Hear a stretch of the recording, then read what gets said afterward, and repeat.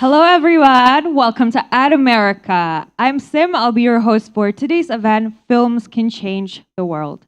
For those of you who are new here, Ad America is the US Embassy's American Center, and our mission is to provide a space for Indonesians like you guys to learn more about the United States through our events, facilities, and also programs. But before we start today's event, I have a quiz for you guys joining us today here on site, and those of you who are tuning in online. And the question is, which of the following is the first American made feature length film to use Technicolor? Is it A, The Gulf Between, B, The Wizard of Oz, C, Casablanca, or D, Singing in the Rain? Submit your answers on our social media, either on Instagram, Twitter, or Facebook, and the fastest person who can answer the question correctly will get a shout out from us at the end of today's event. Now let's kick off today's event by watching a video. We're going to hear some opening remarks from Elisa Carolina Marion, Dean of Faculty of Humanities from Binus University.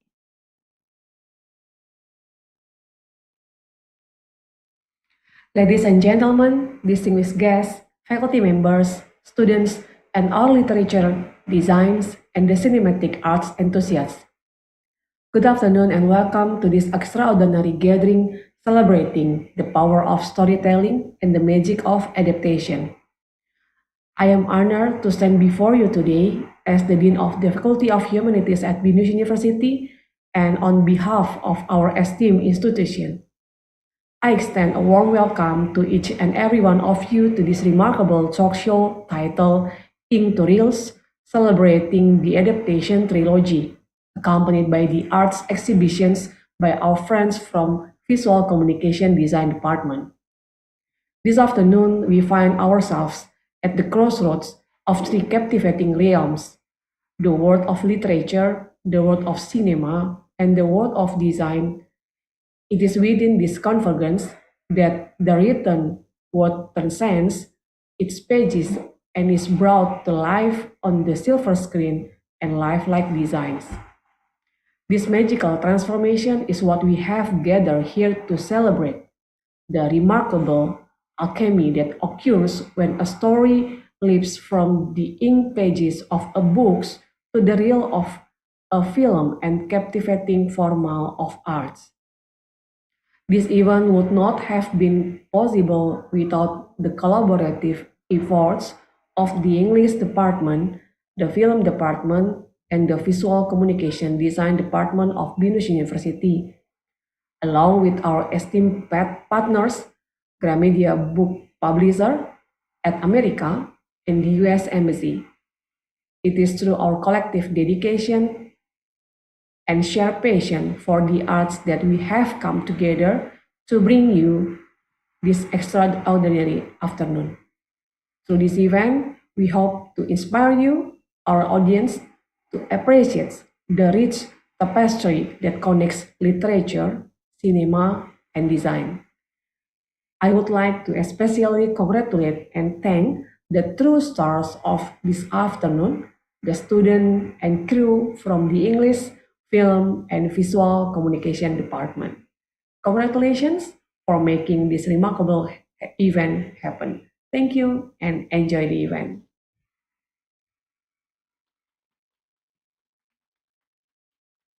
Okay, let's give a big round of applause once again for the wonderful opening remarks by Ibu Elisa. Today, we're going to watch three short films, namely Nameless, Ambition and Desire, and A Little Girl with Small Eyes.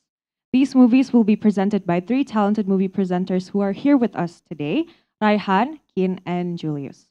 So without further ado, let me call on stage the first movie presenter for today, Raihan.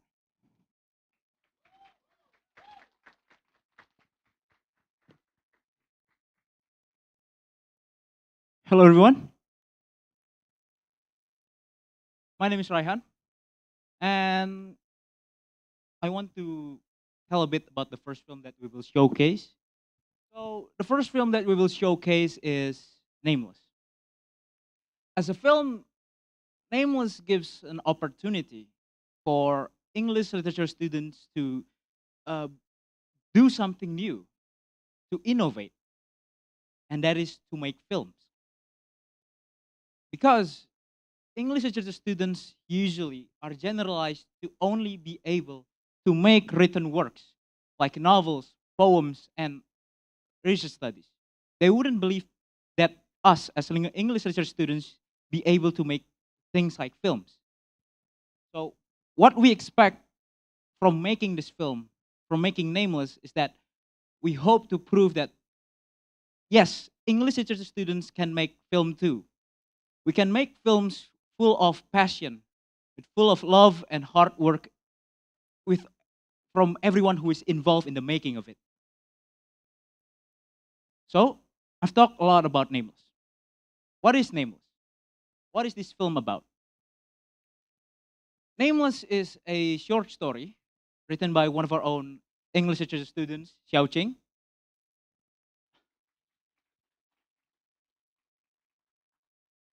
The story tells about a boy's isolation, his struggle with identity, wanting to be like the others, but he doesn't know who he is. He doesn't know himself. He doesn't know how to fit in. He even doesn't know his own name. He is nameless.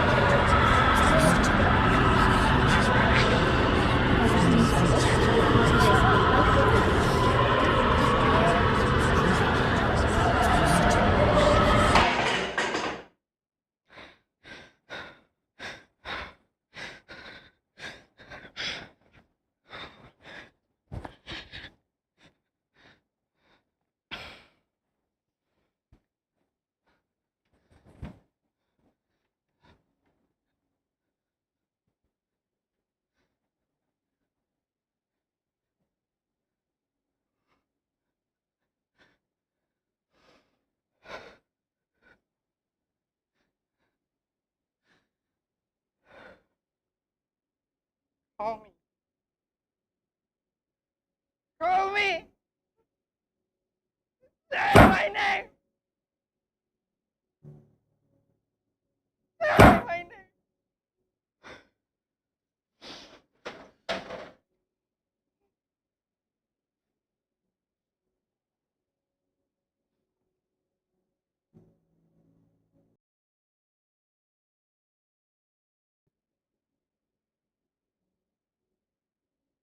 I make you.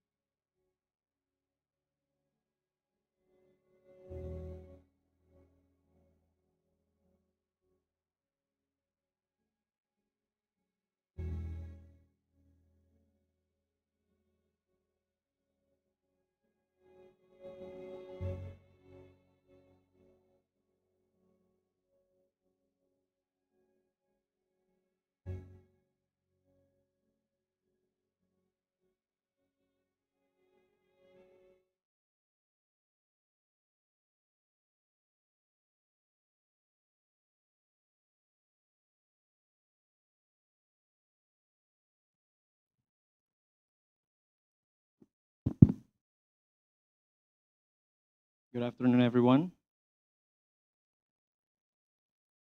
For the second short film titled Ambition and Desire, directed by Aditya Fajar and Jose Armando, which is also adapted from a short story written by Ait Kuasara.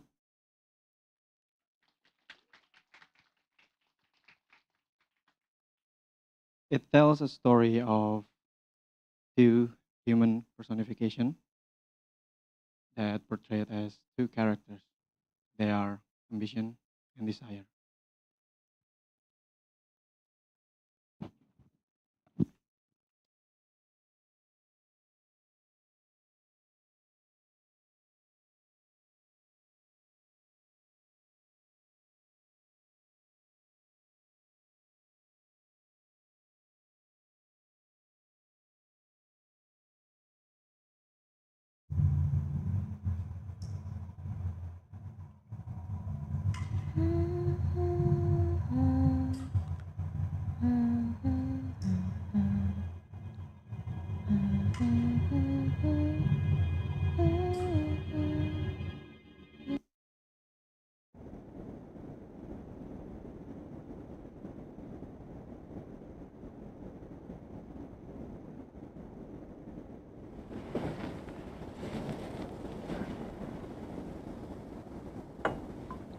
Are you going to continue sulking forever?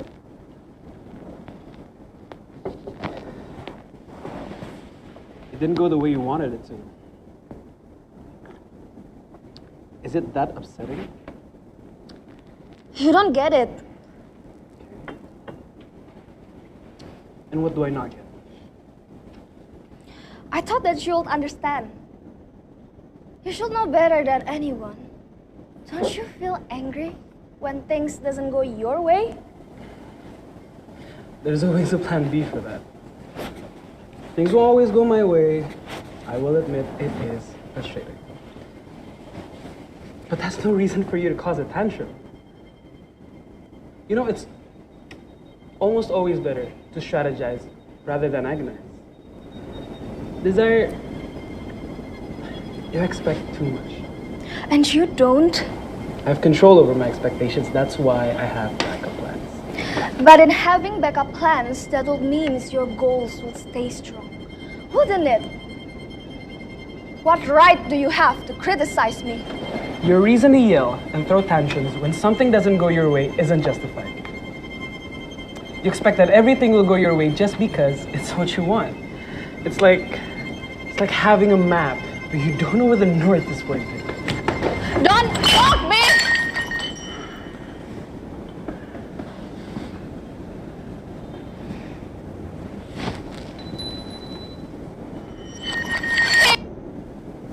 Sit down. Sit down.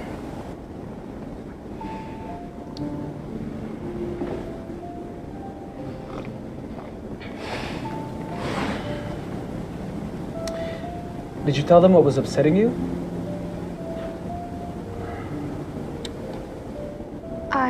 Have you tried to make them understand?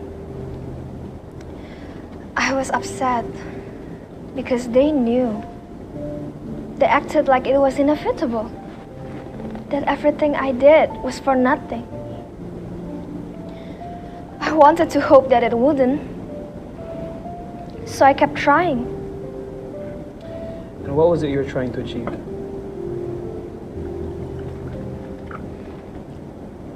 That girl. I wanted to give her her deepest wish. A human? That's not the first time for you. Why does this one matter?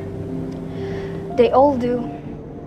But her, she's beautiful. Although she didn't like the body that she was born in, her soul and body were different. All she wanted was for people to understand her, to let them see what she had to go through.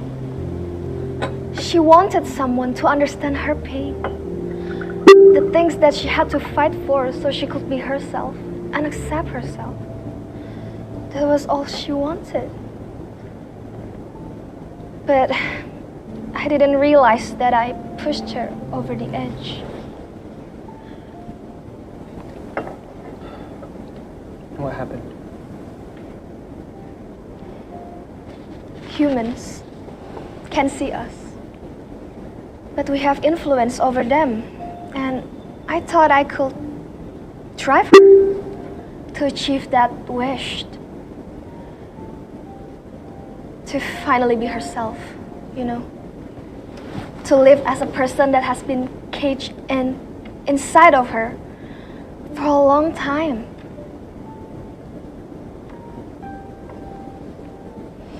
I added too much fuel. There was a price to that knowing desire that bloomed inside of her. If she didn't have what she wanted, she would die or be forced to live her life in hell. She faced so much rejection and abuse in life, and wasn't that already hell for her? I wanted to give her courage to live and stand up for herself. But I realized I wasn't giving her any courage. A cup overflowed. And she was the price.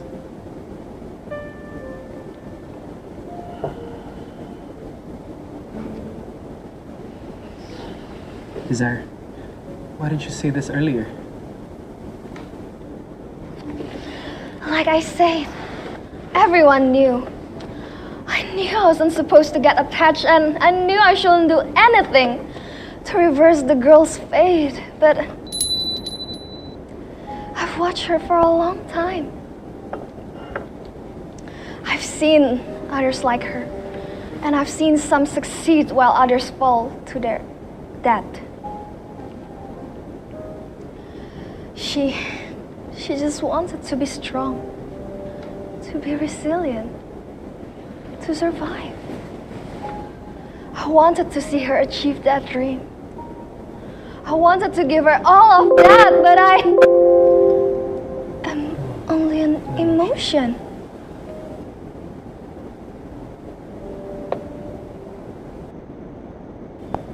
It's my fault. If only I knew better. If only I was more careful, more calculative. If only I was more like you. A cold and heartless asshole? Well, at least I will know what I was doing. Or at least I will know where the north is pointed. So if you were me, what would you do? I don't know. If Okay, so you wanted to be more like me, but you don't know what you'd do if you attain that wish? if only I was more like you, then I would be less of a brute. But I don't think that's what I want.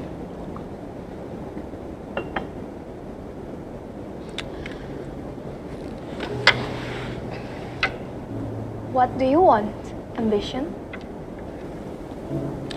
Are you changing the subject?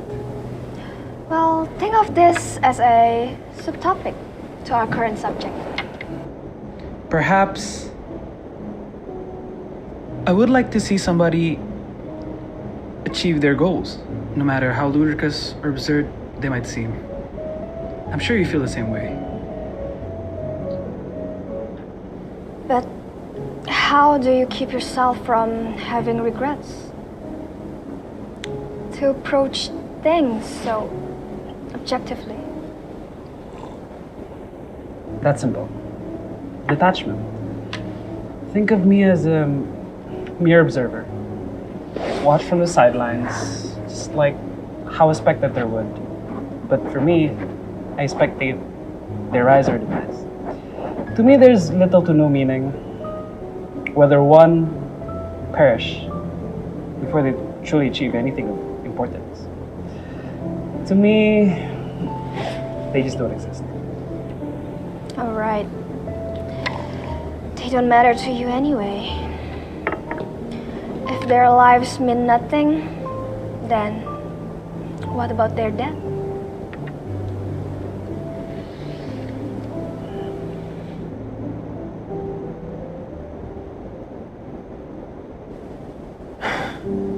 Brother, whom I care, should you take 10 lives to spare, just for one to stay? What do you mean? Will you do the deed to kill many to save one? Or heed them their plea? Compassion, you know me better than that, brother. If one of them are of any use to me, then why would I do that?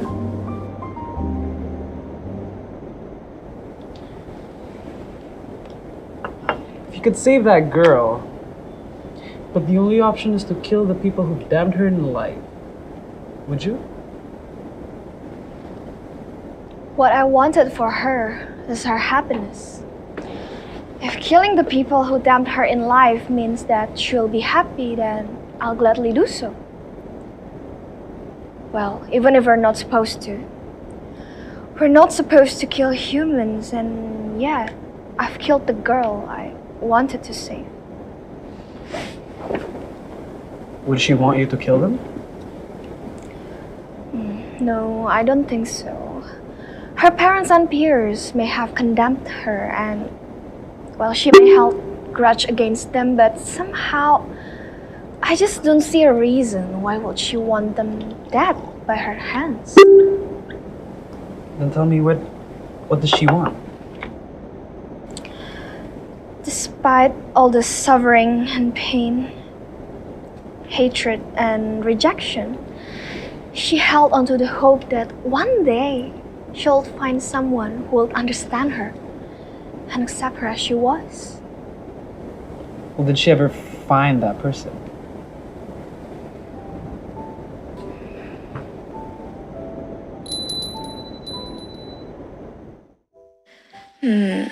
They didn't get to meet though, but they exchanged letters.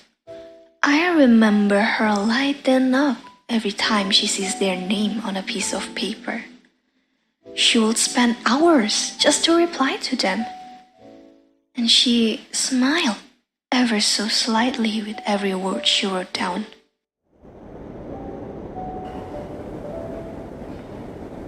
then is she not already happy?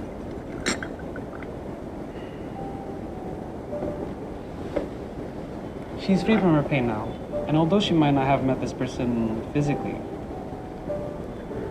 at least she knew someone out there loved her as she was.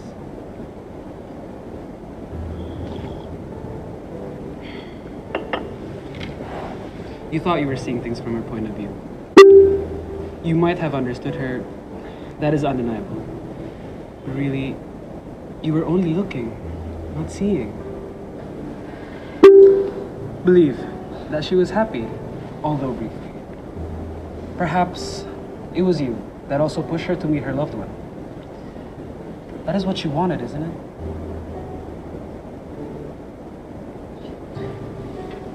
That is talaga. I wouldn't say it wasn't your fault, because you are partially responsible. But she wouldn't have achieved that brief moment of happiness without you.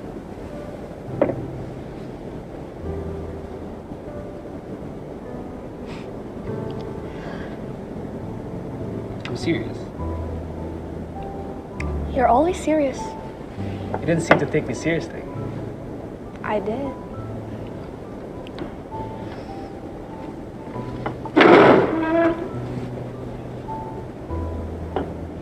Hey, aren't you coming?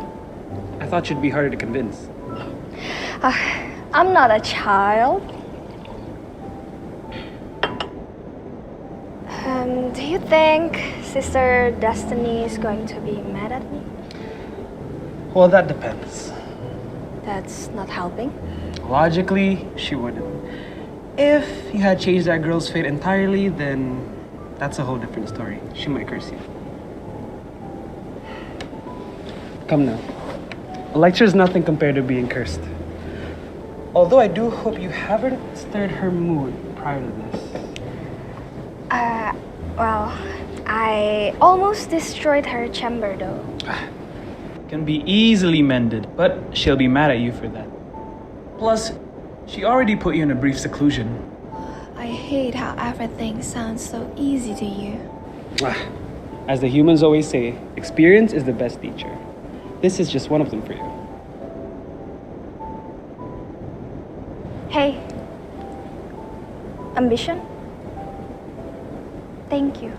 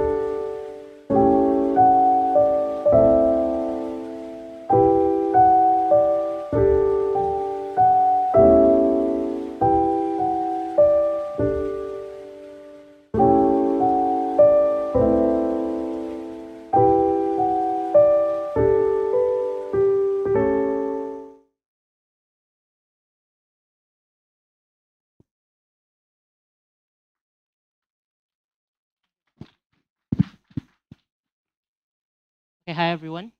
So the next one is our last short movie for today. The title is A Little Girl with Small Eyes. It was adapted from a poem with the same title, written by our alumna, Dilfia Iskandar, who's now working as a news anchor in Metro TV. The story talks about the feeling of being different and the feeling of being displaced when most of the time it's only in our heads because no matter what your skin color is or what your eyes shape, we all have the same rights to live our life the way we want. I'm gonna quote what Kak Zilvia written. See the difference with bigger heart, not bigger eyes.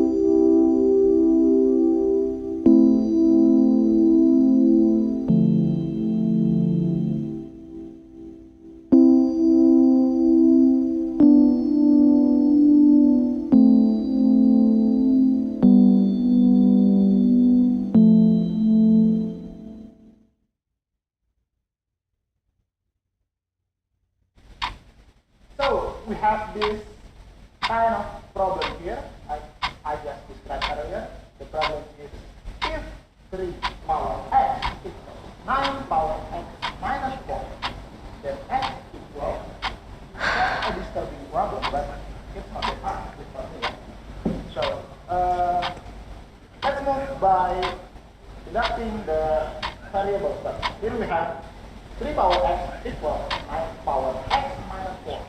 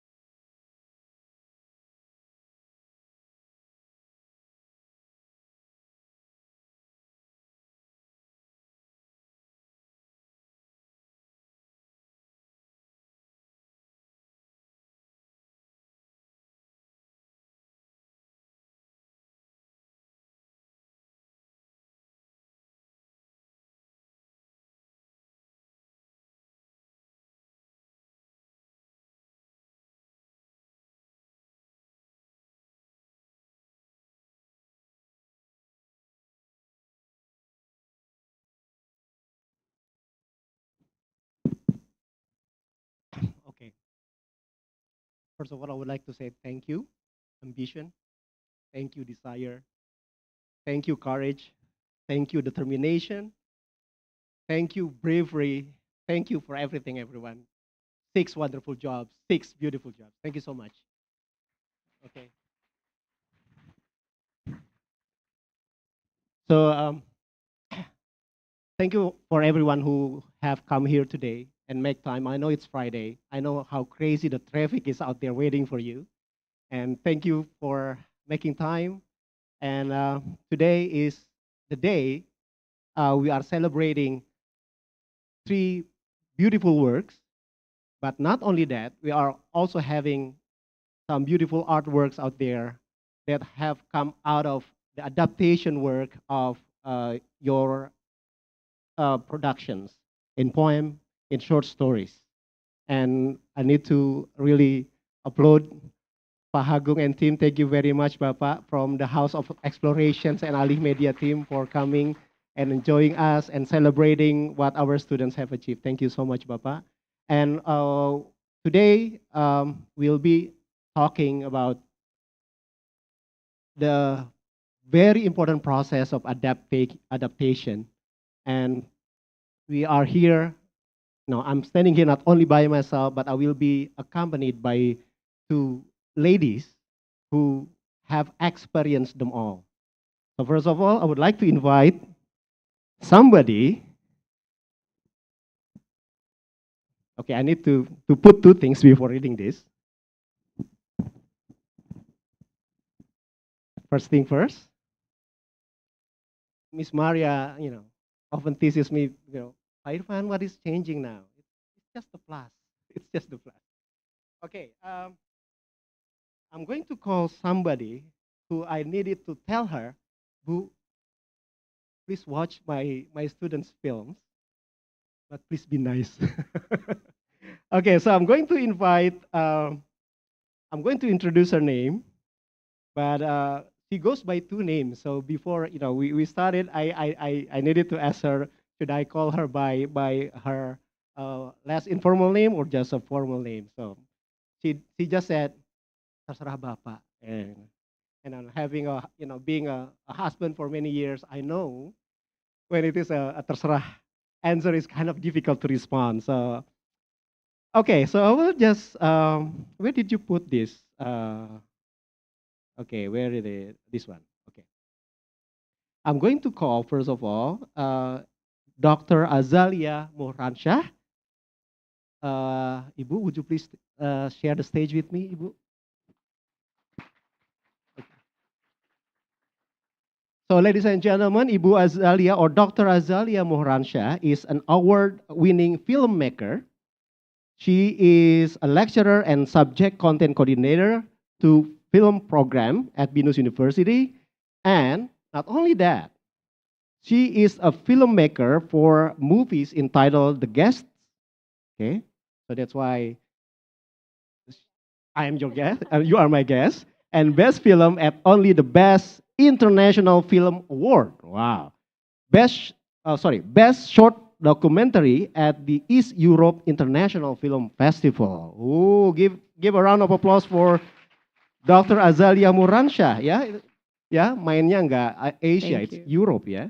And then her education background is she's coming from, or she graduated, she got her PhD from the State University of New York, United States. Yeah, thank you for making time to come and join us, Dr. Azalia.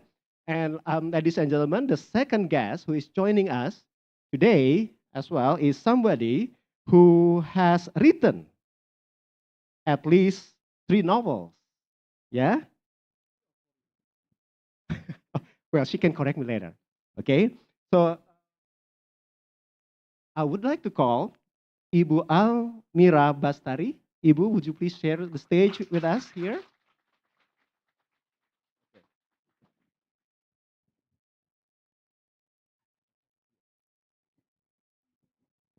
Okay, so the novels that she has written and published by Gramedia, all of them, okay, is Resign, Home Sweet Loan, okay, and Ganjil Genap.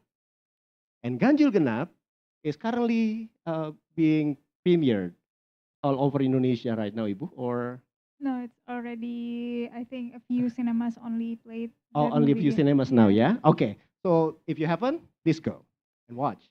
Okay. And then also, aside from being an author, she is a senior analyst in the financing and investment division in multi-infrastructure company in Indonesia. Sorry, PT Sarana Multi Infrastructure Indonesia. And well, surprise, surprise, she graduated from University of Melbourne in project management. Yeah. So thank you very much for being here tonight with us, Dr. Azalia and Ibu Almira Bastari. Yeah. So I think I need to sit down. So from the introduction, Ibu Azalia and Ibu Almira, can I call you Ibu? So I feel bapak-bapak correctly, yeah. So Ibu and Bapak. So it's not Mbak, not. Okay. So from my introduction, is there anything you would like to add, perhaps? Is there anything that you would like our audience to know more a little bit about you, Dr. Azalia, perhaps, or Ibu Azalia? I think that's enough. I mean, That's we enough? can talk a little bit later when we were having a discussion. Okay. Yeah. What about you, Bu Almira? Anything? It's okay, it's enough. Okay. It is working now with you, yeah? I wonder. It didn't work with me. But Oh, okay. I have some magic. oh, yeah. I think you do. I think you do. Okay. But you can call me Ibu Al. Ibu A, because? It's short. Oh, okay. So I thought you were the mother of Al, yeah? No, Al no. dulu. That's just Ibu Al. Okay, so Ibu Al, let's talk about your book, yeah? Okay, so this is the book that she has written, Ganjil and Genap. How do we translate that into English? Odd and even? Odd even? Even and odd? Okay. All right, so Ganjil and Genap, Ibu Almira Bastari. What do you like about your own book? What do you like about this particular book? If you would like to talk about that. So Ganjil Genap is actually a tragic story from a heartbroken person, but when you read this, you will laugh about it. Okay. When you read this, you will laugh about it. Anyone, any of the audience has read the book? Can you raise your hand? Anyone? Okay, we have one, we have two, we have three, we have some, yeah? Okay, so I think we can invite them to ask you questions as well. I know that some of us are, dying to hunt for your signature after this. I think they are so young because this book Ah. actually about the end of 20s, almost 30 kind of story. So the character is, is in around that age. What is this about, if you can share a little bit with us? So basically, a woman, a middle class woman who lives in Jakarta, and she has a good job, and she has a steady relationship for 13 years, and then suddenly her boyfriend wanted a breakup Okay, so after 13 years, of relationship. okay. They broke up, and then this book is her hunting journey Okay. of a new love. Ah. Yeah. All right. So after 13 years, then she got a breakup, and then she goes for another hand. She goes for another hand because her younger sister wants to get married. In Indonesia, you will get pressure if your sister gets married before you do. Okay. All right. So I don't know whether you can relate, but I don't have the experience. So. Maybe your Okay. younger sister, right? Okay. yeah, younger sister. Okay. So younger sister, Indonesia, and that happens. Yeah. What happened to her then? Just a little bit. You don't have to realize the end of the story.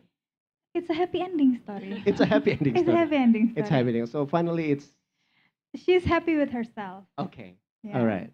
Okay. She found the love for herself. Okay. And that is a good one, right? It's a good one. Yeah. So yeah, from the three adaptations, I think it's something to do with loving yourself. Loving yourself and to make sure you are looking for someone that you deserve, Okay. All not right. someone that you need to grab and bring him to the aisle. Can you repeat that, because that's very important. That's the highlight. Ibu. Because these are young people, yeah. So Yeah. you just have to be patient and love yourself, work on yourself, and you have to believe that you deserve someone who is good as you are. You don't have to be hurry in getting married. Oh, okay.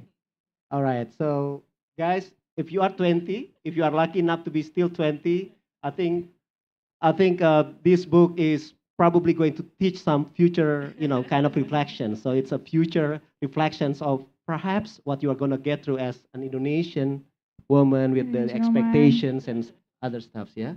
Okay. Interesting book. So, uh, Bu Azalia, Dr. Azalia. So when you watch the adaptations, so the three movies, so we had all of them were adaptations from short poems and then short stories, Ibu. So and then having the experience of producing them, what do you think are the struggles in producing, can you please share with us the struggles in producing something like this? I know my students, perhaps this is their first experience, but just to make them a little bit worried more in adapting, can you share with us, the production process and everything from one form to another? So first of all, I would like to give a round of applause to all of the filmmakers. Good job. I really enjoyed the three films. I've seen it before, but even more right now that we see it in a bigger screen. And you can see it, right? Like it's very different when it's projected on a bigger screen than in your on your laptop when you edit it. So I think the filmmakers can actually talk a little bit more about that and also their struggle. I'm Yes. actually pretty interested to know about their struggles. Then maybe they can talk a little bit more later if we have the time. But talking about films and especially adaptation films, I think because my background, I started as a filmmaker as a scriptwriter. So I always think of film as an adaptation process anyway, because if I write a script and then the director will have their own interpretation, and then of course the actors will have their own Yeah. interpretations, and then suddenly I cannot get the location that I wanted in my script, and then the art director also has their own interpretation. It's a collaborative work, right? Right, So right. I think well, I also can speak to that, right? Like what you intended in your book, and then suddenly it becomes a script, and then it becomes the film. It's going to change over right, time right. with each stage of the production. Mhm. But I think also in terms of saying the struggle of like adapting specifically different kind of literature works Yeah. to a Yeah. film is, I think the biggest struggle is for you to understand that film is its own medium, Yeah. and it's primarily audio visual, so that you have to think about your audience when you adapting something into a film. Right. Especially how we can actually show them without like really kind of like telling them all the time, which is kind of what a novel is about, right? Because we always, because I also started as a novelist before I became a filmmaker. Whoa, So whoa, whoa, that's new. yeah. Okay. Yeah. So, when I started making scripts, I got one of the biggest name of like scriptwriter in Indonesian history. Right.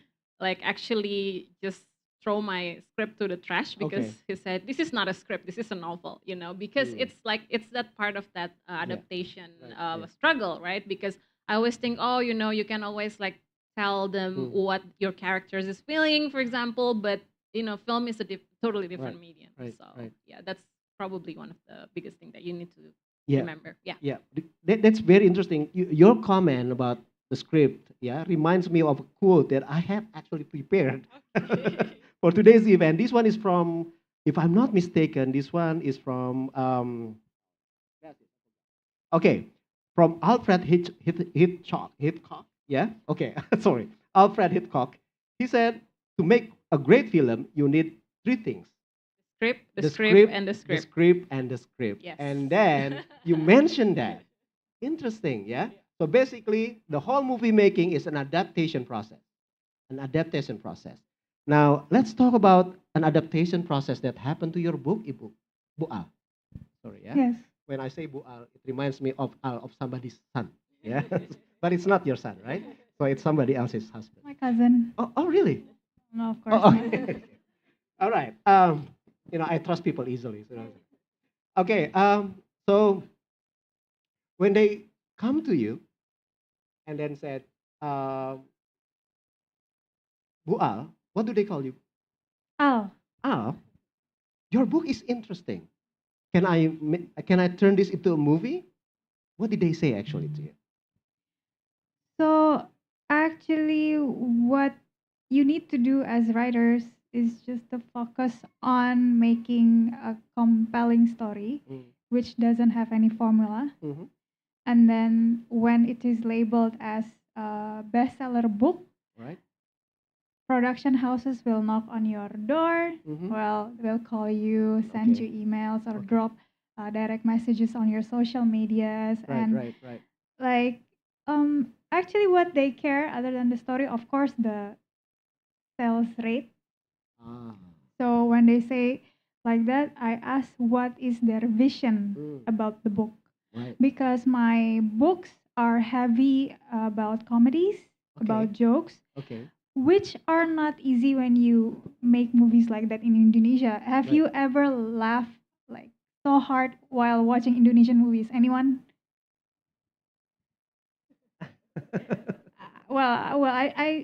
I don't think I've ever experienced something like that other than watching Warkop DKI? Petualangan Sherina. Oh, okay. Warkop DKI probably the original one. Oh, okay. Dono Kasino Indro, Right. not the brand new one. It's interesting that your example is Petualangan Serena and my example is Warkop DKI. Yeah. It's interesting. It tells you a lot of things. But Okay. I also watch Warkop in your generation. Yes, Yeah. Netflix now. Yeah. I laughed heavily on that as Okay. well. So I think I asked about their vision and their proposal, like who they think the right directors for the movie, and what about Okay. the actors. Right. Like jokes is about timing. When you miss the timing, then it's no longer funny. Ah. So Can you repeat that? joke is about timing. When you miss the timing, then it's no longer funny. Interesting. Yeah. So All right. And let's say for me, in this book specifically, it's about big city. I don't want it to look cheap. Right. Like, are they ready for the budget? For example, what kind of malls do they want to project in the movie? For Yes, example, yes, is it like middle class malls, premium malls, something like that? Okay. So, but the thing is, what actually people should know, and I don't think many people discuss about this, is about the legal rights. So if one day you guys produce any kind of books or any intellectual property and you want to sell it to other party, please make sure you are accompanied by a legal advisor. I have my own lawyer who Okay. is specialized in intellectual property.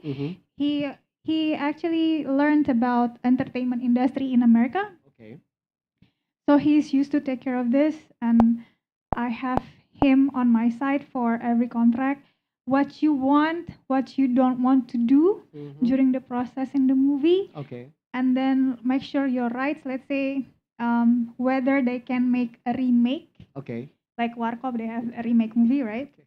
And then sequel movie, prequel movie, or series Yeah. about the movie. Right. So things like that are much more important. Like let's say I talk about vision probably only 2 weeks. Like Right, what do right. you want? Who's the director? Who do you think the actors would be? But when I talk about the contracts, I spend probably 3 to 4 months. Oh, okay. That's a long one. And it depends on who we are. Like, of course, people who probably sold 30,000 books Right. are going to have different kind of power when it Right. comes to negotiation with the one who sell Okay. more. Okay. Sorry. Yeah. How many copies did you sell? I don't know. Okay, Probably but you have the power. because my second book sold more than this one. Oh, really? Which one was it? Resign. Oh, okay. I think Okay. everybody wants to resign. Well, you guys haven't Yeah. haven't Okay. worked, right? So my second book sold a lot, Mm. and in aggregate, I don't know, Yeah. in Yeah. total, I sold more Yeah. books Yeah. than Right.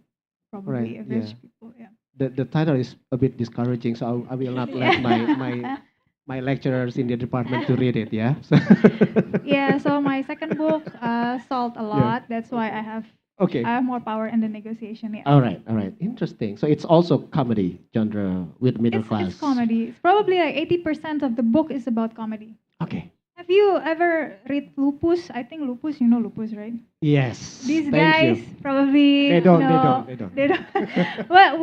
What's the funny book these days? I don't Yeah. know. Lupus is good. Lupus is good. Lupus is good, yes. Yeah. Stuff like So Lupus. the author passed away last year. I think it's one of a heartbreaking moment for Indonesian novel. Okay. Uh, Dr. Azalea, yeah. With this process of adaptations, yeah, we also know that in addition to the adaptations from stories to films, we have also other kinds of adaptation. And with the movie adaptations, you involve a lot of moods, in the production. Do you think it would be easier? I'm sorry, I'm not trying to simplify your work.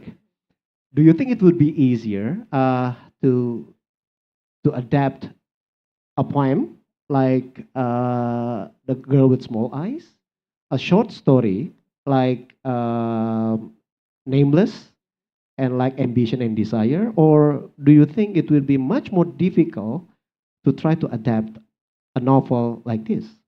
What do you think? Again, because my background was in media studies, so I believe that every medium has their own power. Oh, Like okay. they are different, but I do also believe that the shorter the medium is, meaning like the duration, for Mm-hmm. example, it's also much more difficult for you to Okay. convey your story to Yeah. your Yeah. audience, Yeah. and this is why I really greatly admire poets Yeah. because I myself struggle to write poems. But like for example, if you write a novel, you have a lot of room to actually put Right. your story forward, and then you give details in it, Right. right? Right. But like if you have only 1 minute Right. and you have to tell a story, Yeah. that's gonna be a challenge, right?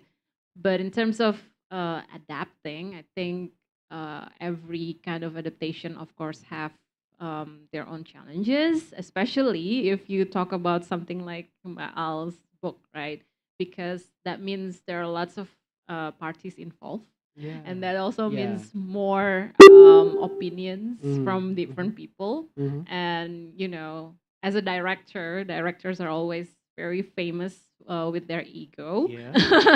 And also, if you involve a famous writer, Right. Right. okay, they also have their own ego, so they Mm. want to put this and that in the Yeah. script, Yeah. but then the director said no, I don't think that's important. Mm. And Mhm. then the actors are also Yeah.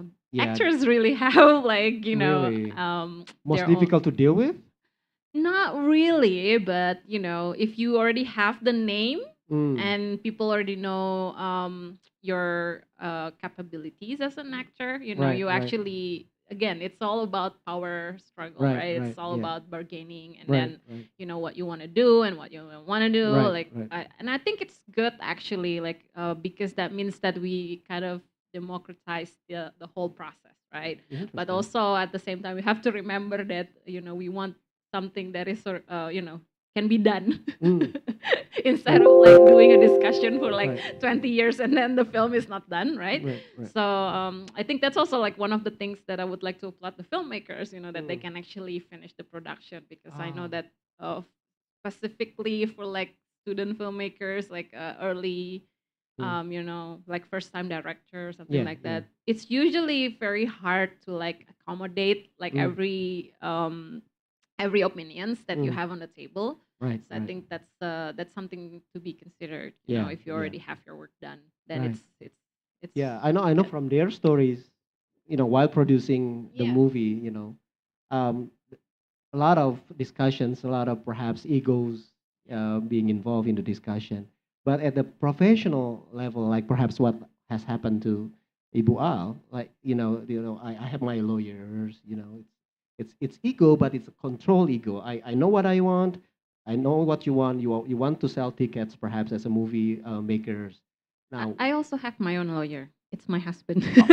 okay, all right. And this is why I involve him in my productions as my producer. Oh, okay, okay. So he is the producer for the guests as well. He's my private lawyer. Okay, so my lawyer is not here right now, not yet. So, okay. Bu Al, we talk about egos. Yeah, egos. It's interesting that you mentioned that. When you talk with the movie director, were you involved in the movie production? Did they ask you that they were going to choose this character, this actor to play this character, or did they just no? This is our choice. We know we have both your book, we have both the story, so this is our part now to actually produce the movie. So that we will decide the actor, and then but I have to admire the choice of the dentist character though. But I think I like him. I like the guy. I'm losing his name. What is his name? Okantara. Oka. I love Oka. I love Oka, and so making him that character is, I think it's a wonderful one. But the other characters, okay, but I think yeah, they're good. They're okay. Okay means good. Yeah. So were you involved in deciding any technicalities of the movie production?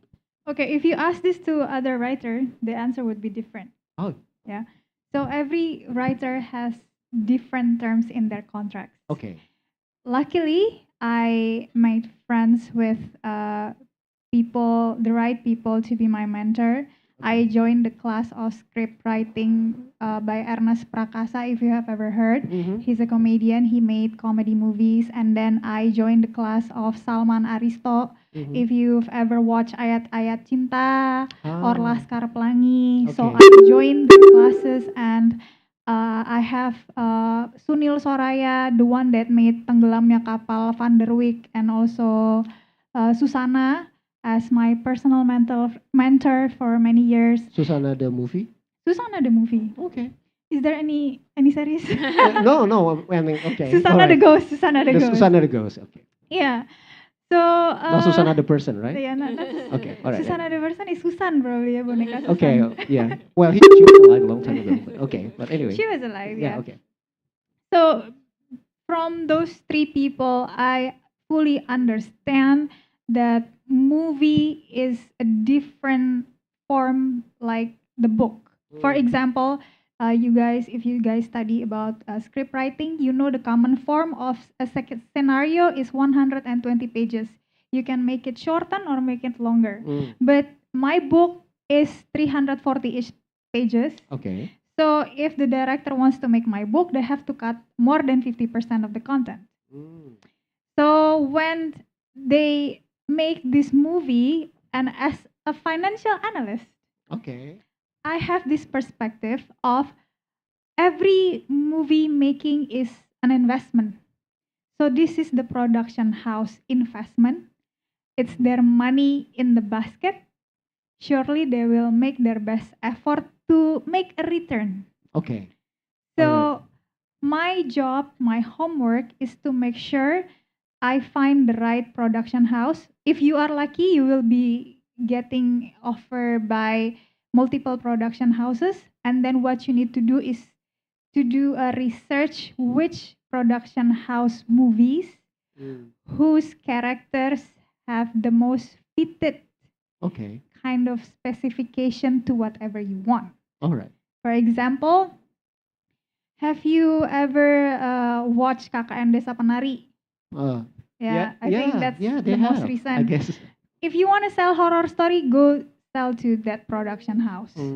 If you want to sell like a family kind of story, maybe you should sell it to the production house that makes Keluarga Cemara, perhaps, or nanti kita cerita hari ini. So make sure you watch the last 3 to 5 movies of that production house.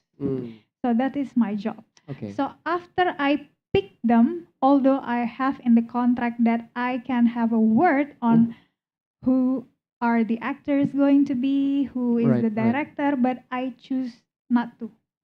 Because I don't want to limit their creativity, and adding one more voice to that process is going to complicate things. All I want is the best for the movie, and I'm sure the investor or the production house doesn't want a failure for a project. So that's my perspective as a financial analyst. Interesting. So But I know some writers who like to have full control. I know. So different writers, different answers. Different rules, as Different well. rules. Okay, so interesting. Perhaps this is an area we should also put into our course, Pak Akun, financial perspective of short movie production. I think that's also a good topic, Pak, because right now if you look into the trend, you mentioned KKN Desa Penari is actually #1 best-selling film ever in Indonesia with the highest 7 million exactly 9 million 9 million audiences. Yeah. And So they will generate how much income, Ibu, as a financial analyst? So from 40,000 IDR, the ticket price average, the production house will get around 15,000. 15,000 times 9 is 100 something is billion rupiah. The net. That's income. net, yeah? Yeah, net. Tax. Already in the 25K. Wow. Yeah, and that's just one film. Usually in Indonesia, if you look at the trend, maybe the last 10 years or something like that, usually the highest gross films are adaptations. So right now the trend is that all of the producers are looking into something that they can adapt. So it's like a really, rich business. The thing is, because at least what like Bu Al said, once you pass this, once you manage to attract audience, readers, and reach a lot of like thousands of people, selling like 30,000 copies of books, you have passed one challenge.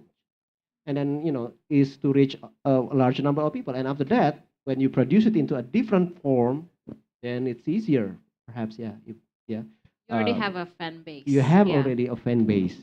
I will be talking about your fan base after this, but I'm interested because you mentioned KKN Desa Penari, I haven't watched, by the way.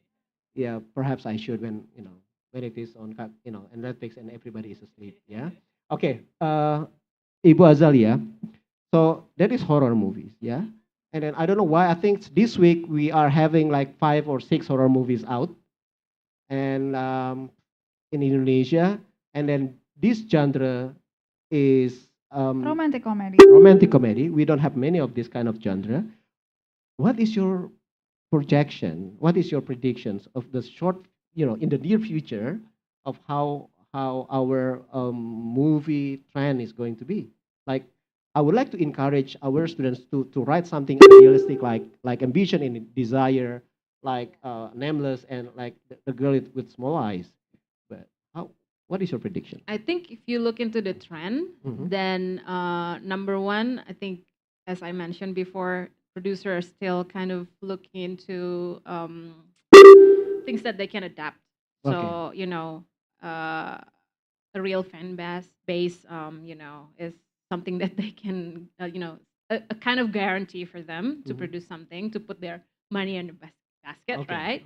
And then in terms of horror, I think, like, if you look into the history of Indonesian cinema, horror has always been the favorite of Indonesian audience. But if you're talking about short films, though, I think it's a totally different discussion.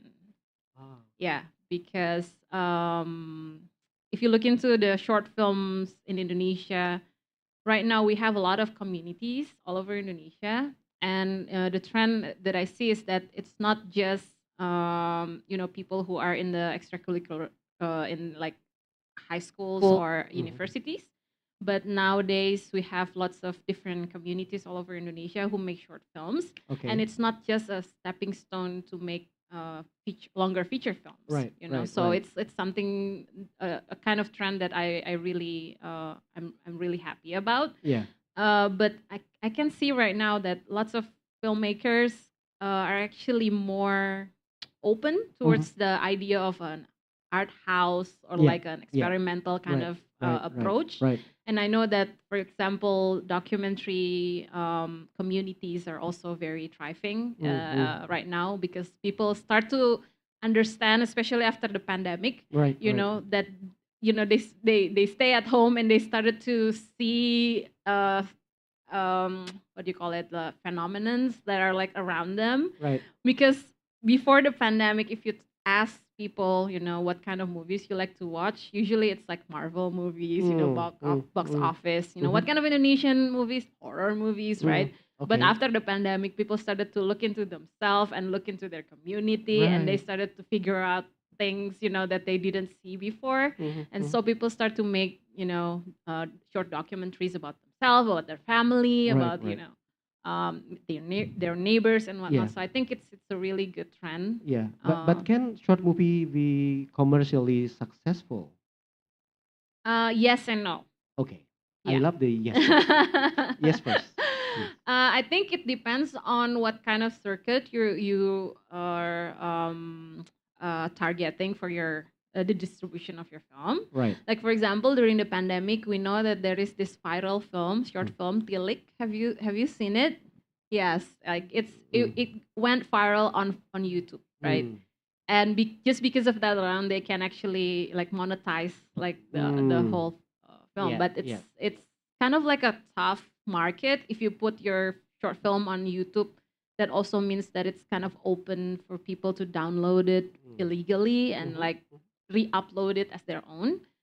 So that's one thing to consider. But we also start to have different kind of platforms, like internet Yeah. platforms, OTTs, only for short films. Okay. And they, for example, Rangkai is one Mhm. of them, and the founder is also an alumni from Binus. Yeah. Yeah. And I think it's a good trend because they have this kind of financial model for Right, the right, filmmakers right. that, you know, I think it's also one thing to consider that Right. if you have a short film, you don't just like make it and then after that put it on your laptop and then it dies, right?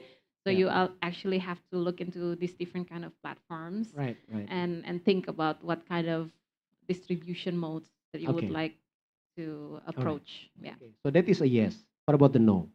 The no is if you just don't know where to distribute your film. You just leave it there Yeah, in the yeah, laptop. Yeah. yeah. Okay. And even like, for example, my short films, they go to festival circuits, right? Right. And I don't actually really hope that I will get financial return, for example, but some festivals, especially abroad, they Mhm. sometimes give us screening fees. Yeah. So it's yeah, I actually got some money Okay. from like my short Yeah. experimental films. Yeah. Yeah. So I think I need to know your phone's number. Yeah. Your husband's number in order to know how much You can contact my you are lawyer. getting. Okay. Thank you, Ibu Azalia. So, Bu A, your fan base, when they read the book, they read the book, right? They love it, and then they watch the movie. What did they say about this? Were they disappointed? Were they, hey? I think because I learned that script writing things and how difficult it is to make a movie, how many parties are involved. Like you can make, okay, I have a friend, she's an actress, Okay. and she said, Okay. All right. Continue. Sorry. okay, and she said maybe there was a scene where she literally cried, Okay. but the editor of the final movie just cut it. So basically, even until the very end of the movie process, the final editing can give a significant different result. Yeah. Yeah. So imagine until the very last part. So before the movie, my movie is out in theaters, I watched the raw version Mm-hmm. and then I watched the final version, Mm-hmm. and it gives a lot of different vibes Okay. too as well. So I always sort of educate my readers for many years, saying that books and movie are two different platforms and they can be different and it depends on the interpretations of the movie makers, blah blah blah. So I think that results in a good thing because my readers, I think I read a lot of their feedbacks through the posts. They said, oh, it's a different thing, but it's okay. Okay. Like we like the movie side, and we like the book side. Right. Although they cut the story, but we still can enjoy it. So I think it's also very important Right. for you, if you want to write a book, is to give a realistic expectation. Okay. Yeah. Okay. So yeah, because I don't know, like perhaps there was a debate about whether a book version would be better than a movie version, and somebody would always say the book was better. Oh no, the movie was better. No, I don't think the book or the movie was better. Why? Because I haven't read and haven't watched both. But anyway, yeah. Oh, I You want to say something? I love this. The Yeah. Godfather. Have you ever watched The Godfather? Oh, I yes. think that is one of the best movie of all time. What is your favorite? 1, 2, 3. One. Mine is 2. So continue. So the so The Godfather is adapted from a novel Yeah. with the same title, The Godfather. So The Godfather book is only one, but they make 3 movies from it. So the almost exact version of the book is the first movie, but it has different significant differences between the first book and the first movie. But it's still a good movie. Okay. One of the greatest of all time. Yes. Yes. So I think that's what I'm trying to say to my readers. Interesting. Who? Godfather 1, 2, 3. 1, 2, 3. One. Oh, okay. All right. Anyway. Don't start the debate about Star Wars. No, I'm a Star Trek person. Okay. All right. Anyway, of all the adaptation movies in the world, what is your favorite and why? I know it's a very tough question. Yeah. Actually, this film is an adaptation from short fiction, and it's called Memento. It's by Christopher Nolan, and Okay. when I watched that film, it was the film that made me want to be a filmmaker. So yeah. All right. Memento. What year? I'm not trying to guess or Yeah. publicly announce your age, but it's okay. You can Google it. Thank you. Ladies and gentlemen, because today is a book and movie discussion, and then we have an author here today, I think it would be a waste of time if we don't get to hear the book author read some pages of what she has written. So let's invite Ibu Al to read some parts of the book, perhaps, for us. Ibu, would you do us a favor? I'm going to read a bit, so you're not going to be bored. I'm going to mix a quote and the prologue. Cobaan. Jomblo menjelang 30 tahun dan tinggal di Indonesia adalah ujian hidup, kata jomblo di akhir 20-an. Aku cuma mikir kamu bukan orangnya. Bara menatapku memelas. Mulutku terbuka. Kenapa? Air mataku jatuh lagi. Kenapa bukan aku orangnya? Aku nggak bisa nikah sama kamu, Gal. Bara mengucapkan kalimat pamungkas itu yang membunuh mimpi kami. Salah. Mungkin selama ini mimpi itu hanya milikku. Aku mengalihkan pandang ke jendela depan. Ada sepasang kekasih yang berpegangan tangan menuju pintu masuk mall. Minggu lalu, kami masih seperti mereka. Dalam hitungan hari, semuanya jadi sampah. Kenapa baru sekarang? Aku menatap Bara, menuntut. Setelah 13 tahun, kamu baru sadar aku bukan orangnya. Kenapa nggak tahun lalu, 3 tahun lalu, atau 10 tahun lalu, Bar? Kamu tega sih, kamu ngaco, kamu delusional. Bara diam. Aku pikir orang jahat itu tidak ada di dunia ini selain kriminal. Tapi ternyata Bara lebih jahat. Aku diam, air mataku terus berjatuhan. Bara memalingkan wajah. Dia tidak pernah suka aku menangis. Aku masih nggak ngerti kenapa kita putus. Suaraku melemah. Bara menatapku dalam-dalam. Gal, aku nggak mau nyakitin kamu. Aku tertawa. Air mataku jatuh lagi. Bara bukan kena pelet, tapi pasti kerasukan. 13 tahun dan kamu tega giniin aku, Bar. Bulir-bulir air mataku jatuh makin cepat. Maafin aku, Gal. Dia menyentuh tanganku, tapi aku menepisnya. Kamu gila. Aku nyaris ingin menjerit, tapi suaraku tertahan. Aku menangis. Bara meremas setir. 13 tahun kami berakhir di tempat parkir. Oh, oke. Terima kasih Bu Al. Yes. Terima kasih. Thank you. Selalu berbeda. Oh, sorry. It always feels different when you get to hear the author reads their own work than to hear somebody else read it for you, right? So that's what that's why we always in the English department we always are amazed by authors, by creators like everyone here sitting with us on the stage. Now we have only 5 minutes left. 5 minutes left, I guess. But I'm going to use this to invite Pahagung and our friend from the House of Exploration to come forward. Bapak and Bapak ya, kayaknya belum Bapak ya. The other one is not Bapak. Oh, anaknya Bapak. Okay, so to come forward and Bapak, would you please? Ya, so Bapak itu Ibu Al and Ibu Azalia, boleh if are you comfortable using English or bahasa Jawa monggo? So Pak Hagung is the one in charge of the arts exhibition outside, ladies and gentlemen. So Pak Hagung has been our partner in the adaptation project, just to show you that adaptation goes beyond one single form. Adaptation goes beyond that. So Pak Hagung is displaying, is showing us some beautiful crafts outside. Nanti after this we can have a talk outside and talk about this more after today's session. Tapi we have 4 minutes, Bapak, 4 menit. And sorry, what's your name? Nixon ya. Nixon, boleh cerita, boleh pengantar whatever are we going to see outside. Silakan Bapak.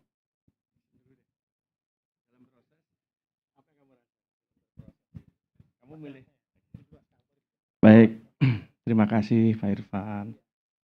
Selamat sore semuanya. Hari ini saya belajar banyak tentang dunia film dan dunia novel ya. Dari kata-kata menjadi audiovisual. Pendalamannya segala macam, terima kasih. Kami diberi kesempatan, kami dari Desain Komunikasi Visual, Creative Advertising, oleh Pak Irfan diberi kesempatan untuk mengajak mahasiswa. Jadi karya-karya di depan adalah karya dosen dan mahasiswa yang merespon dari 3 naskah. Menariknya adalah biasanya Pak, kebetulan saya juga ilustrator di Gramedia waktu itu.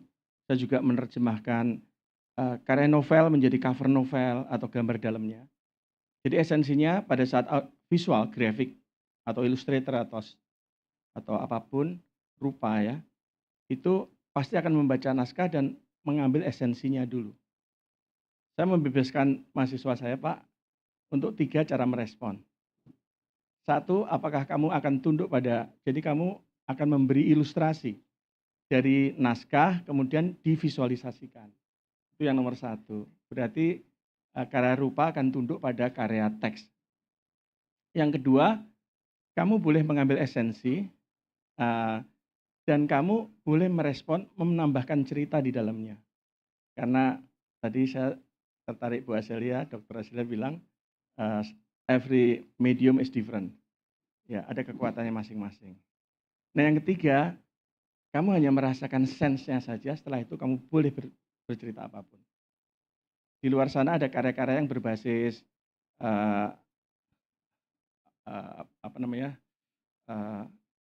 rupa, tetapi bentuknya bisa jadi interaktif, ada audiovisual yang bisa bergerak kalau kita bertepuk atau kita berteriak. Lalu ada juga yang bisa digunakan handphone Anda, karena ada QR code dan di dalam gambar itu akan bergerak di dalamnya. Lantas mahasiswa banyak sekali merespon dengan cara-cara mereka sendiri. 4 menit cukup Pak? Satu lagi dia ya. Ya, Nixon. Nixon, ini murid saya. Tiba-tiba dia suka naskah dan bergabung. Pak, saya mau ikut. Oke, boleh dibuka sebentar Nixon biar kelihatan ganteng ya. Sayang. Ya, Nixon silahkan. Karya kamu tentang apa? Lalu merespon naskah yang mana? Oke, jadi selamat sore semuanya. Perkenalkan nama saya Nixon.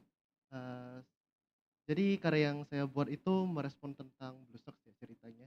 Itu saya dan teman saya Zalfa, kami berdua membuatnya menggunakan kawat, benang dan juga beberapa material lain yang kami hubungkan untuk membuat emosi, rasa dan lebih ke rupa yang dapat menjelaskan tentang makna yang ingin kami sampaikan gitu. Jadi ada salah satu karya Nixon, karya yang lain juga ada banyak stiker yang Anda nanti boleh lihat dan boleh tulis make a wish, kemudian tempel-tempel di dalam karya. Jadi banyak pengalaman baru dari apa yang kita display selain daripada pengalaman yang kita dengarkan hari ini. Terima kasih Pak Irfan. Terima kasih para pembicara, luar biasa. Makasih Bapak. Bapak mohon sebentar, mohon maaf. Nixon yang bikin itu ya, yang bikin respon patung dari puisi apa? Dari cerita yang judulnya apa? Blue Socks. Blue Socks. Blue Stripe. Blue Stripe. Iya. Nah, maaf yang membuat. Iya, yang buat ya nggak apa-apa karena tidak harus tunduk pada teks kan ya Pak. Iya. Ya. So suatu hari Nixon, 2 hari yang lalu ya guys ya. 2 hari yang lalu ya, 2 days ago, 3 days ago sama Julius dan pembuat ceritanya kita tunjukin Pak. Kita tunjukin yang dibuat oleh Nixon. Dan seperti yang saya mencoba menyambungkan ini. Tadi Bu Al menyampaikan mereka putus ya dan diparkir, si karakternya mengeluarkan bulir air mata. Jadi ketika saya tunjukkan karya Nixon itu ke si penulisnya mengeluarkan bulir air mata yang sama. Ini pria yang nulis tuh Nixon. Nanti kita kenalan ya. Di parkiran nggak Pak? Hah? Di parkiran nggak? Di parkiran nggak? Oke. Di parkiran Zoom. Di parkiran Zoom dia sampai matiin matiin Zoom-nya gitu. Padahal kita tahu dia nangis gitu ya. Tapi thank you so much Nixon. Maksudnya kita secara emosi we never realize gitu betapa powerfulnya perubahan meaning ya from one form dari ke form yang lain dan really appreciate Bapak your support, Bu Azelia juga. Thank you so much Bapak. Thank you. Bapak mau di sini boleh, mau kembali ke sana boleh karena kita mau ada Q&A session. Q&A session for everyone. We have 24 minutes 31 seconds for you to ask questions. Silakan. Questions can go to siapapun di sini gitu. Bapak boleh duduk sini nggak apa-apa? Just my improvisation gitu. Jadi ya boleh. Silakan. Nama, bertanya ke siapa, jawabannya belum tahu kan? Yeah, so you can ask question. You wanna ask the question in English or Indonesian? I can ask it in English. Good. Go ahead. All right. Go ahead. Hi, my name is Elvis Shakura. Wait, what else? What other information am I supposed to provide? Sorry? What other information am I providing? My name? Yeah, sure. Oh yeah, just my name. I wanted to ask specifically for Ibu Al.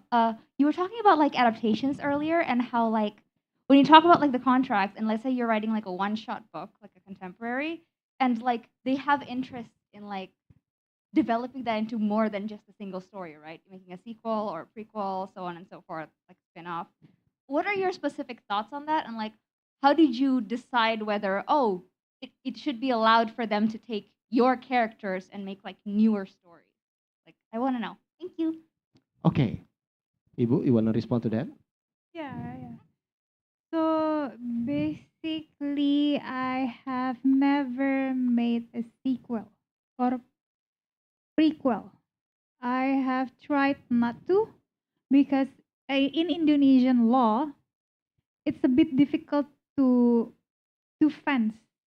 Let's say if one production house already took my book and then one day I made a sequel and I didn't like the result of the first movie, although I tried to fence it or anything, definitely the second production house will say, why would I make a movie that will promote your first movie? So for me, it's much simpler for not making any sequels. Although it can be an exception if the movie is is a box office, and then there is an open clause in the contract that if they want to make a sequel about it, I am the first one to offer to make the sequel. Yeah. Okay. Just the financial considerations. It's Yes, important. it So is. Yeah, yeah, definitely. So, are you happy with the answer, or do you wanna elaborate further? Yeah, sure. So let's hold on. Is there anyone else would like to ask question before? Raise your hand. Okay, see, you are allowed to have a follow-up question. Can you? With the mass is okay. Yes, please. Uh, so I really like that answer, but I am actually curious for you specifically, since you created those characters, right?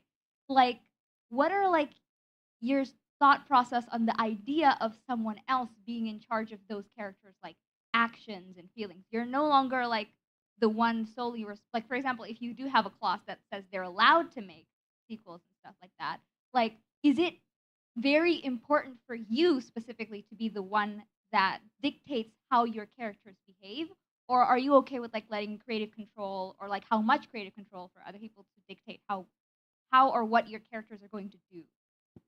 Basically like character ownership, I guess. What's your Yeah. feelings There, about there that? can be a clause about that too. If you ask this to another writer, the answer would be different. So basically, in the contract, you can have this even specific micro clause saying that what they can do is only to keep the names of the characters for the Right. first movie specifically. They're not allowed to make the same characters names even for other movie, for example. Right. So you can have that kind of like micromanagement clause. But the thing is, for me, as long as it is for the right corridor movie that we agreed on, let's say for the first movie, um, I believe that the structure, so movie, I'm not sure about short movie, but theatrical movie has a very rigid structure where it will decide whether you want to walk out in the first Right. 15 or 30 minutes of the movie. And that's not gonna happen if they make it like exactly like the book. If you've ever heard movie audiences needs to see the character's arc. What is arc? Like the different perspective of the character when the movie starts and when the movie ends. Okay. Maybe in my book, let's say if you watch Harry Potter, like in the beginning, he was like, oh, he doesn't really know what he's going to do with his life. And then he's finally a Hogwarts family at the end. And then he finds his family there. So something like that. There is a need of a character's arc. There is a need of different perspective from the beginning and the at the end of the movie. Maybe they get a viral story. The production house get a viral story, get a viral book, but the book is probably not that good for Right, movie. right. But what they need is the viral thing. They need the audiences.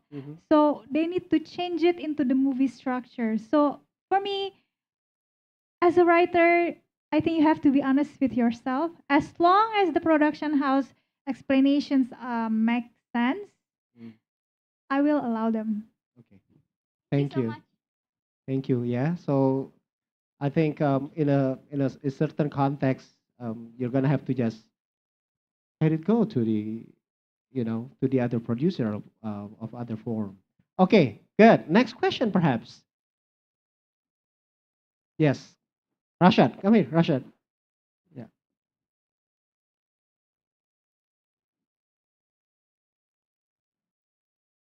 Sorry, So, do I have to use English, sir? I guess so. Okay, okay. Okay, okay, okay. So your speaking class lecturer is here. So. Okay, okay, okay, okay. So this question is, I guess, to To the previous one, and also, to the previous one. also I think you guys also talked about ego in like when you work with other people and stuff.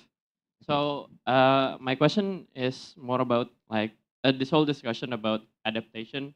Like you have a work, have a piece of work, and when someone else is adapting it, and they have more expertise in that area than you, like how do you like you as someone who has familiarity with the original source material as the one who made it, and when do you trust like someone else's instinct in like the adaptation when it transforms the medium, like something like that.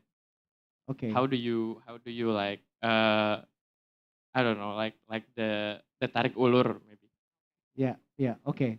So the bargaining process and things like that.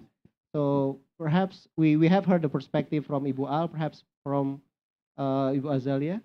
Thank you for the Okay. question, Rashad. Thank you for the question. I think specifically if you're talking about filmmaking, filmmaking is always a collaborative effort. So I think, you know, I've seen and I have tried, I guess, to do it all alone. But why do it alone when you can collaborate with other people who are like, you know, better in like different departments, right? For example, I know that my strength is maybe my perspective as a woman, for example. I'm talking about my last production, that one EOS pitching project 2 years ago. So this specific film is called Riwayat Ceti, or What Ceti Does. And then I actually had two main actors who are whose work I really really adore. You know, one is one of my close friends who is also an actor in one of the movies by Riri Riza, and the other one is Dea Panendra, if you know, the FFE winning actor. So when I gave my script to them, they like it and they agreed to work with me on my film. I kind of give them the freedom to transform my characters, because I think it was also very interesting because both of them can speak Sundanese better than me, even though I was born and raised in Bogor. I'm not a Sundanese person, but this character, Cheti, is actually a Sundanese woman. So Dea actually gave a lot of improvement in the character itself. And whenever we discuss as a director with the actors, they always ask about the backstories of the characters. Like, why this character needs to do this in this specific scene. I think as a husband and wife, they had this kind of history. I think the child, they have a child, and you know, was played by one of the newcomers, and you know, what kind of relationship they have as a family and stuff like that, you know. So even though when I wrote my script, I already have this kind of vision about what the story is going to be, they actually can contribute and make the story even richer than what I intended it to be. So again, trust the professionals, you know, like I personally cannot really act. I have again tried. Seriously. Yeah, but I mean, I'm better, you know, working backstage, and, you know. But as a director, I know that I have chose professionals for my films, so I trust them and their process, and it's actually easier for me to direct them, you know, as a director because right. I trust them as my actors. Thank you so much. So it's trust, yeah. The keyword is trust, yeah, Bu, yeah. Okay. One or two more questions, perhaps, from the audience. So we have heard from here, from there, perhaps anywhere. Anyone? Our dear fellow lecturers, students. We have some lecturers here as well, Bapak dan Ibu. I'm not putting you guys under pressure, but do you guys have any questions? Perhaps, yeah. Anybody wants to be a filmmaker? Ah, wow, okay. And that goes for the students, right? Yeah. Okay, Well, yeah. Not maybe for the lecturers. lecturers as well. I think you're a bit too late to do that. Okay. Pak Irfan, do you want to be a filmmaker? Yeah, okay. All right. So anyone? Yeah. Lecturer? Yes, Okay. from here in the middle. Good afternoon and evening. My name is Farah. So, first of all, today is amazing. I've learned many things about filmmaker. I have no background in filmmaking or writing, but I'm so interested to learn. So, my question today, maybe for Ibu Azaila, is if you were starting from the scratch, what would you do? And any advice for us people who want to learn and to start a career, or maybe to start making a movie? How you will start it, and what your advice for us? Thank you. Thank you for the question. Believe it or not, I was not born like this. Yes, I also Yeah. was once Yeah, me too. a first-time filmmaker. Actually, when I started as a scriptwriter, I started by being an intern. Again, mentors. Seek your mentors. Know the industry. Watch lots of films.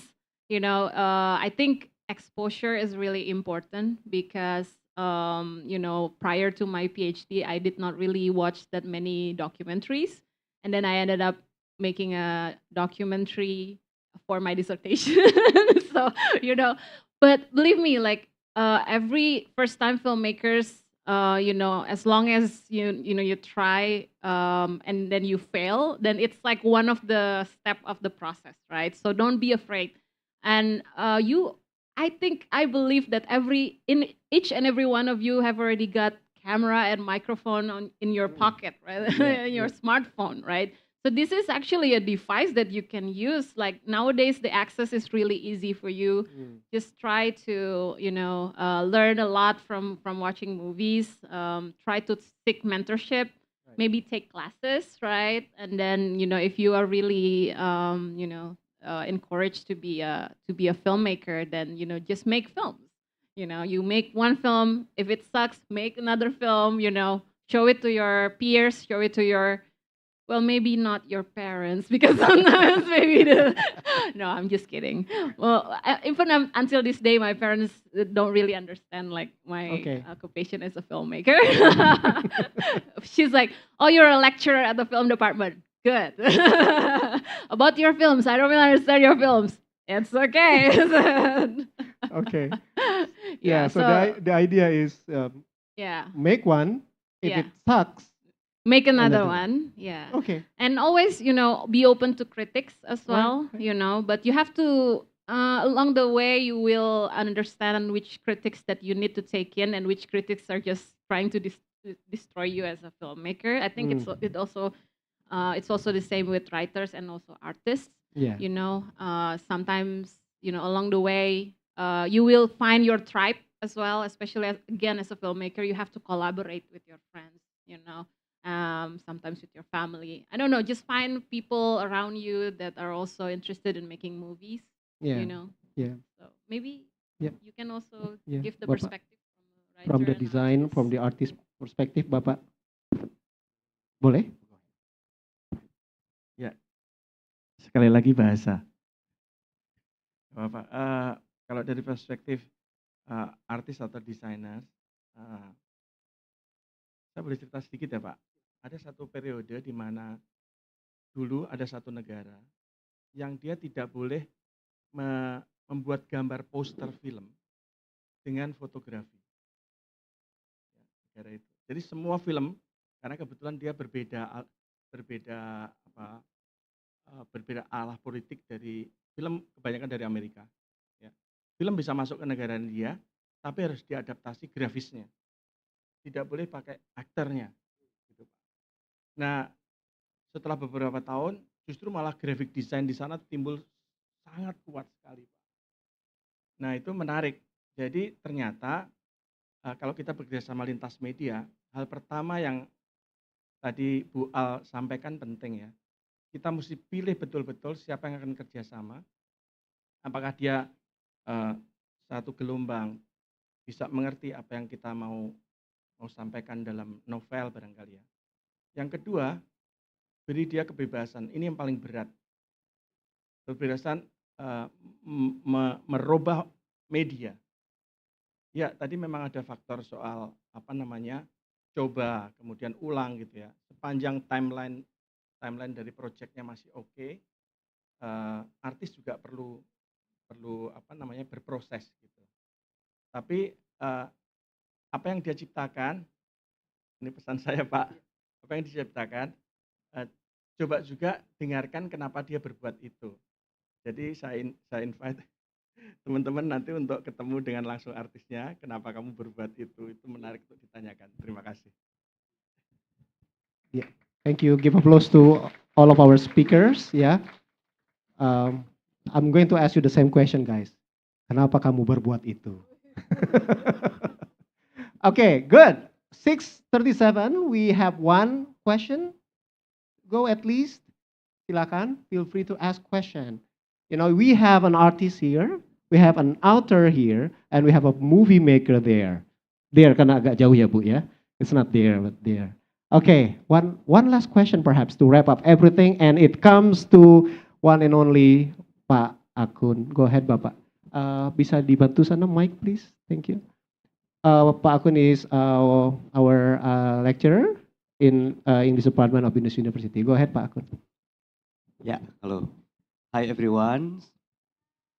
We are glad to, no, I mean, yeah, we are happy to have you today. Yeah. I have one simple question. Sometimes I tell my student when dealing with creative writing, just write for two reasons. You can write first for your ideals. Don't think about the money, the industry, the markets. Just write for your ideal. Second, you can write for the market. My question is, in this real life, Pak Agung, Bu Al, and also Adelia, which one is better? I can ask. Okay. Is there any negotiation in between or whatever? Yeah. Okay. Thank you for your insight. All right. Very simple, but it will take us 2 days to answer the question. Yeah. You're opening a Pandora box, Pak. Who is going to start? Siapa yang mau mulai? Pak Agung ya. Pak, write for ideal atau write for money? Sepanjang kita bentuknya project, pasti harus tunduk pada ideal. Sorry. Kebalik ya. Artinya gini, sepanjang project kita nggak bisa kita bikin ideal sendiri, harus negotiate. Karena kita juga grafik itu mestinya berhasil menyampaikan apa yang film buat. Cover novel pastinya dia tidak sembarang dia bikin, pasti harus baca, harus tahu essence. Apa sebenarnya mungkin dia punya gelombang tadi yang diceritakan, gimana sih rasanya menitikkan air mata dan meremas setir kemudian kita berhenti di parkiran ini gitu ya. Jadi kita harus tahu apa yang ingin disampaikan. Tapi kalau kita terus tunduk kepada project terus, barangkali kita bolehlah misalkan 30% bikin yang seideal yang kita mau. Syukur-syukur kalau punya partner yang memberi kesempatan untuk silahkan ini dibuat sekeren-kerennya. Saya pasrah kepada Anda. Tapi untuk itu Pak, kita perlu untuk sampai trust di titik itu, kita bikin project yang semaunya kita sendiri. Sampai dengan recognize ini kamu. Maka itu akan dipanggil.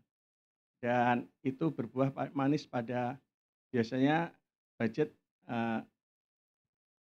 lebih longgar dan lebih baik. Terima kasih. Saya suka kata lebih baik. Ibu Al silahkan. Bapak. I think it depends it depends whether you know your strength or not. If you haven't noticed what is your strength, write whatever you are concerning, write it from your heart. But if you know your strength, Mario Puzo once said that he wrote The Godfather because he has the access of informations about mafia cases, and I think he's also a journalist. He's good at writing those things. He has the specific access to records and anything, so he wrote that.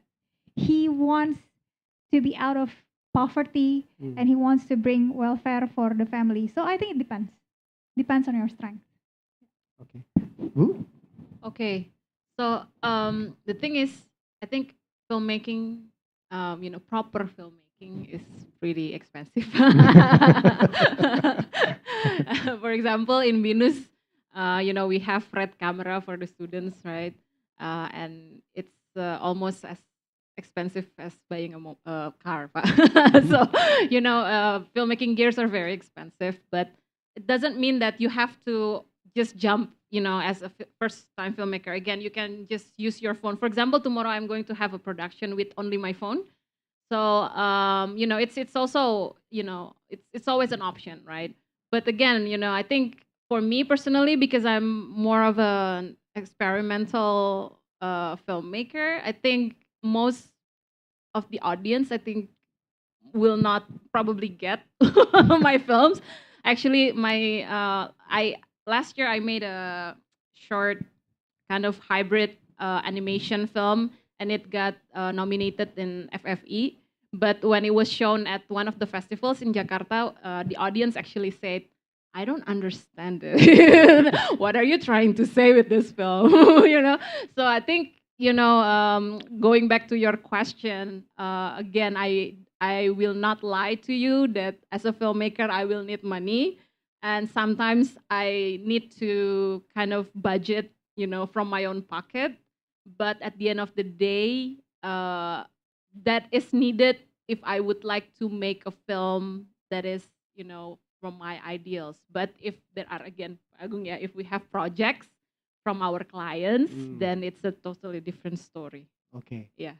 All right. So Pak Agung has one short story to share to try to wrap up the answers from us on the question, Bapak.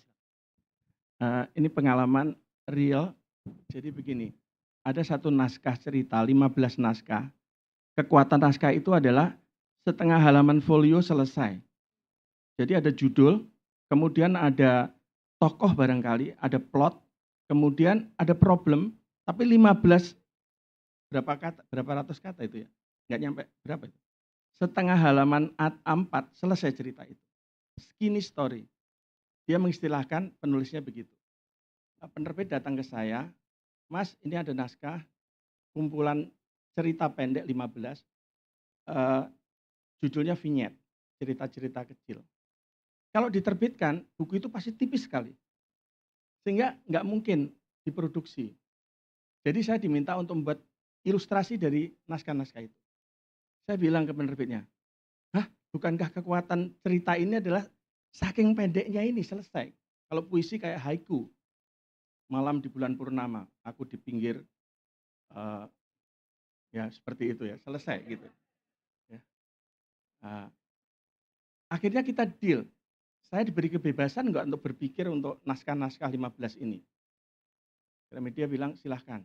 Baik, setelah itu saya datang ke sana, saya akan bikin 15 visualisasi yang tidak menjelaskan cerita ini, tapi saya mengambil kebebasan untuk merespon cerita ini. Harapannya adalah pembaca akan melihat 15 karya teks dan 15 karya visual. Dan itu deal. Jadi menarik sekali kalau misalkan waktu lintas alih media, penulisnya senang, penerbitnya senang, dan kita bisa diberi kebebasan ekspresi. Terima kasih Pak. Terima kasih Bapak. Thank you everyone. Bapak Ibu, please give a round of applause for our speakers today. Jadi I'm going to close today's session by saying penulisnya senang, pembuat filmnya senang, dan artisnya senang, and we are all happy. Yang kasih uang juga senang ya Pak? Kenapa Ibu? Yang kasih uang juga senang. Yang ya, kasih uang juga senang. Thank you very much everyone for today, and thank you and see you again in a different opportunity. Thank you so much. Thank you, At America. I'm going to hand it back to you. Okay, can we have another round of applause for everyone here? Okay, I would like to say thank you so much to the amazingly talented students who have screened their films today here. Raihan, Keen, and Julius. Please, a round of applause again. Okay. Thank you also to Pak Irfan, Pak Agung, Kak Azalia, and Almira for the very insightful talk show.